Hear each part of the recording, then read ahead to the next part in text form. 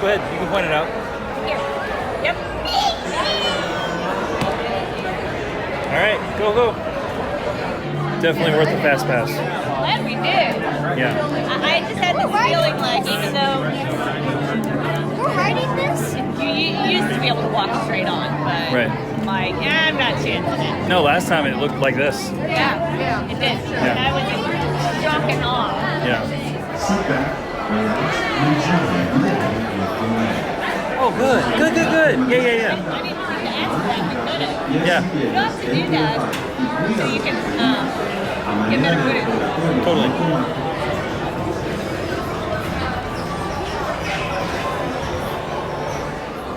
I have chocolate on here. Probably to be an experience later. Probably a good idea. Didn't realize it. Grabbed it. It's our last night's chocolate. Not the brew. Where are we from?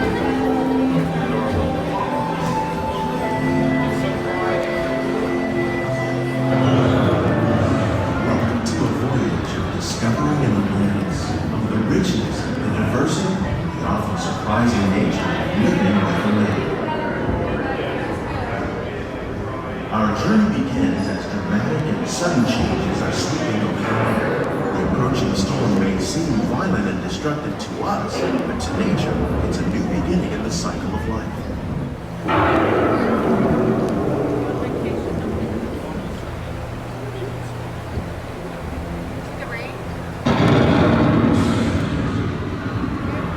Beneath the surface of the land, roots trap water from the flowing mud, extracting precious nutrients and minerals. These elements, when combined with sunlight, create the diverse living systems of our planet.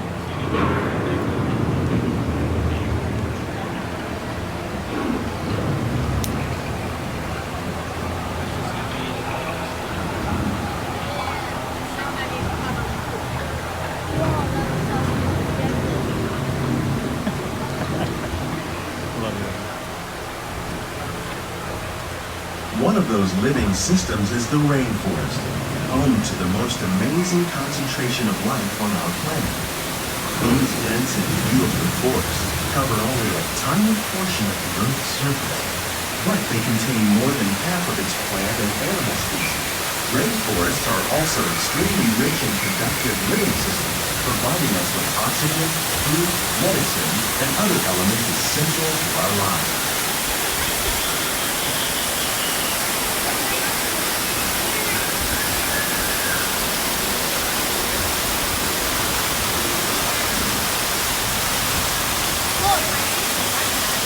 Yeah. There's a restaurant.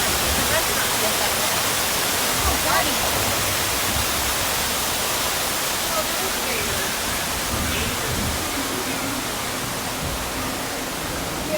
In the desert, nature has created a very different, no less beautiful living system. And while this arid landscape may seem lifeless, it is very much alive. The plants and animals that have learned to survive in these harsh conditions make use of what little water they can find and avoid the scorching rays of the relentless sun.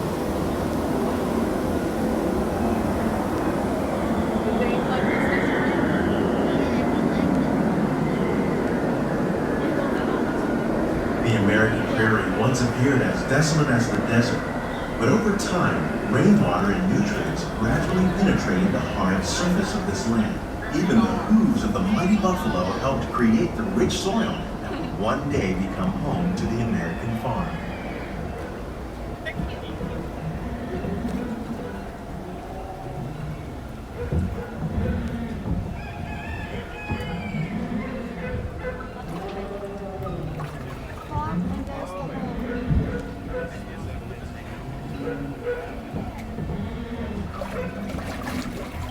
Whoa, what was that?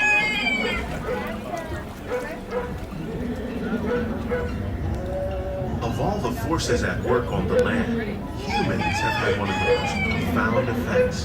The need to produce food for a growing world led to the enormous use and sometimes overuse of the land. In our search for more efficient ways to grow food, we often fail to realize the impact of our methods.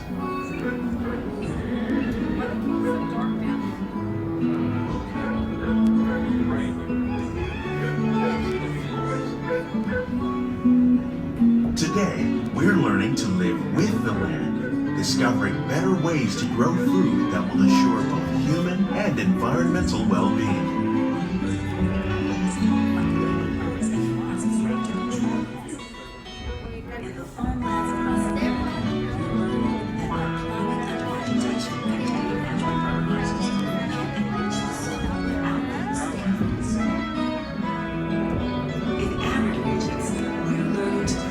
Food on desert seacoasts by developing and planting crops that thrive on salt water.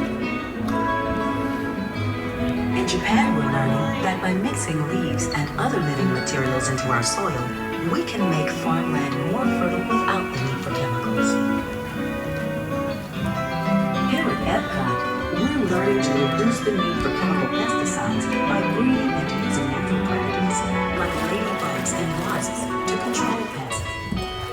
In the farmlands across America, we're learning that by plowing under vegetation containing natural fertilizers, we can enrich the soil without the use of yet still respect the needs of the land. Some of the answers are being discovered just ahead. To help us maintain these carefully controlled ecosystems, and for your safety, please remain seated in your boat at all times.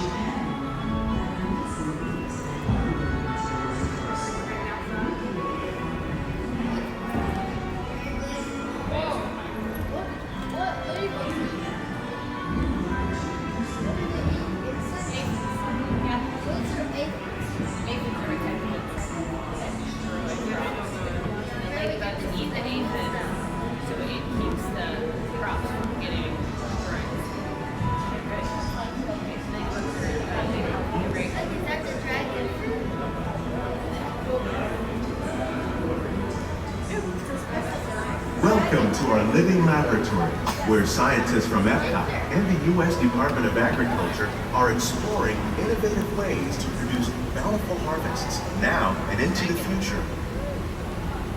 I think that's acai.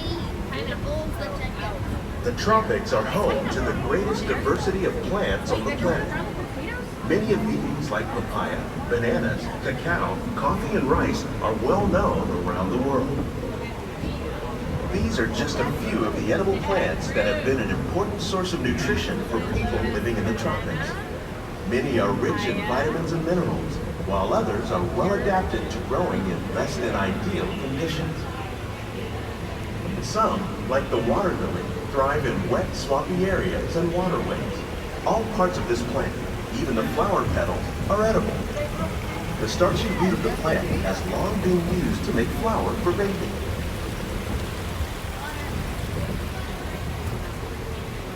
One day, many of these lesser-known tropical plants may be as important as the bananas growing on both sides of the boat.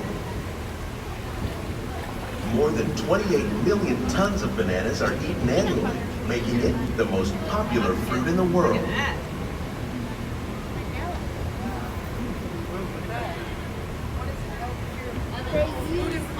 They use the vanilla and cherry. They make chocolate. They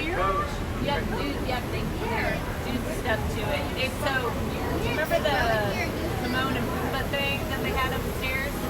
They changed the chocolate experience right here at Delhi.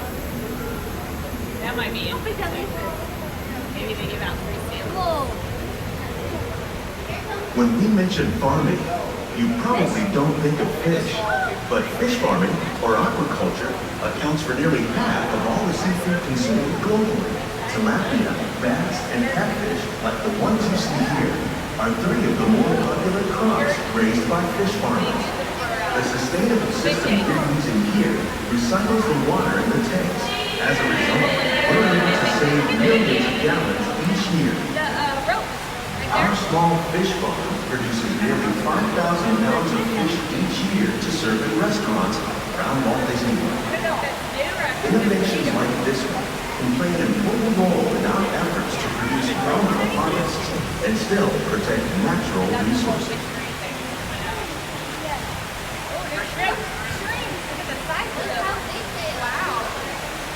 I'm a king prawn, okay.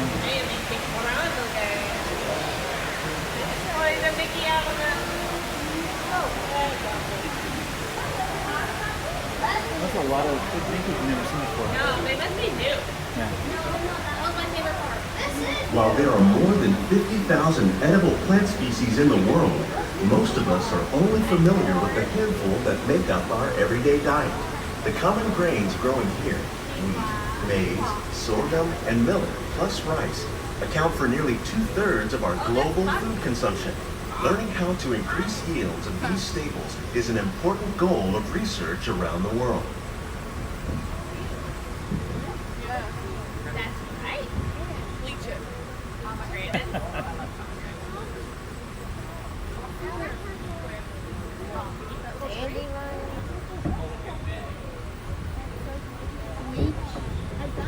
These plants are definitely on their way up. Innovative growing techniques like these increase yields while more efficiently using resources like water, fertilizer, and pesticides. Another innovation at work here is our integrated pest management program. By populating our greenhouses with beneficial insects that prey on harmful pests like aphids and flies, we are significantly reducing our reliance on conventional pesticides. We're growing these crops using our nutrient film system. This technique precisely controls and recycles water and nutrients. With it, we can produce over 27,000 heads of lettuce a year in this one small area.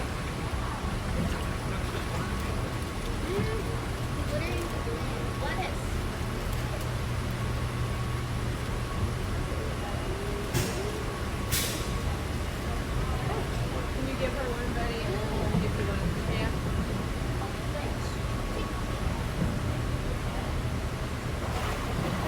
Some of our best ideas have been inspired by nature, like these fruit and vegetable trees. By growing these ground plants vertically, we can increase yields and better control diseases. These crops taste as good as they look.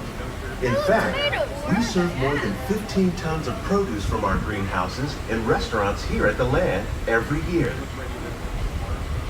Why does it move like that? Cucumbers.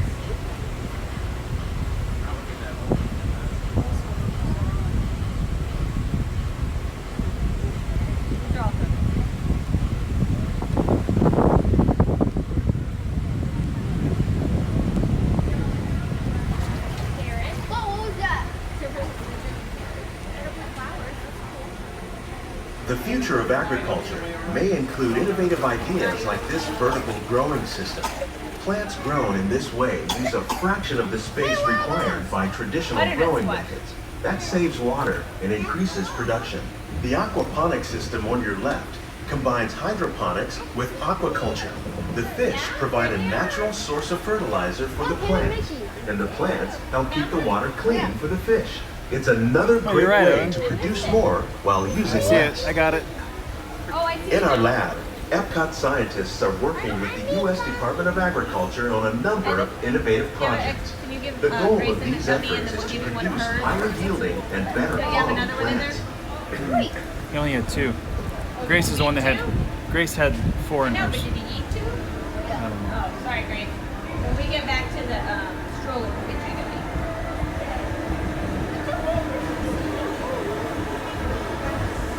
What?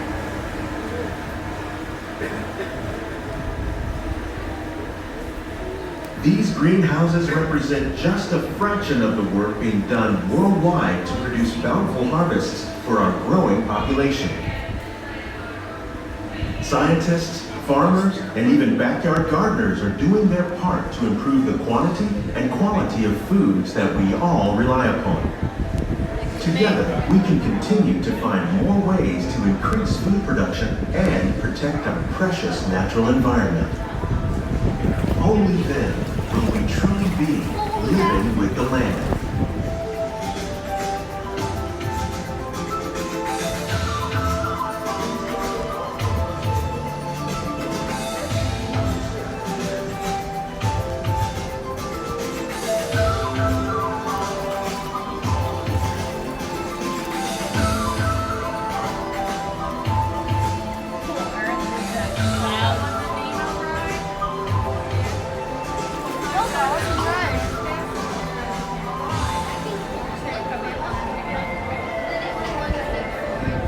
like it, Evan? I do.